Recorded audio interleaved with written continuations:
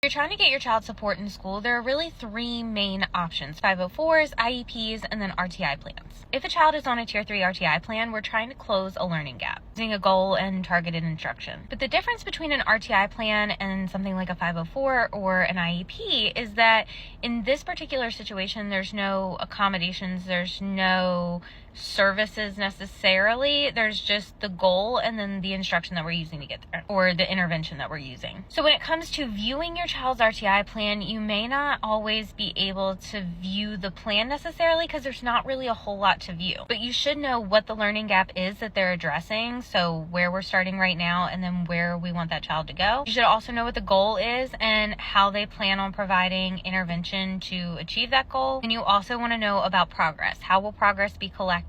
What does that look like? How often will you receive progress updates? I also want to point out that a child should not be on a Tier 3 RTI plan for weeks and weeks and weeks and weeks and weeks. The purpose of the RTI plan is to close that individual, very specific learning gap. If we're not seeing progress with RTI, then we might want to look at a potential evaluation or dig deeper to see what is causing that learning gap or the concern.